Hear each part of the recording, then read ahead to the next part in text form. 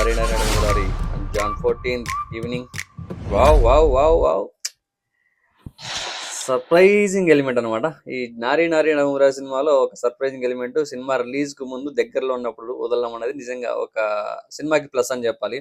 That Shri Vishnu కామెడీకి మనకి ఈ మధ్యలో మంచి హీరో అంటే కామెడీ చేయగలిగే హీరో, మంచి హీరో. ఇంకా నారీ నారీ నవమురారి ఆల్రెడీ స్టోరీ కామెడీ డ్రివెనే అంతా. అలాంటి స్టోరీలో శ్రీ విష్ణు ఎంట్రీ ఉండి ఈ క్యారెక్టర్ ఎలా ఉండబోతుంది, ఎంత ఫన్ జనరేట్ అయిపోతుంది అనేది ఇప్పుడు మ్యాటర్ అనమాట.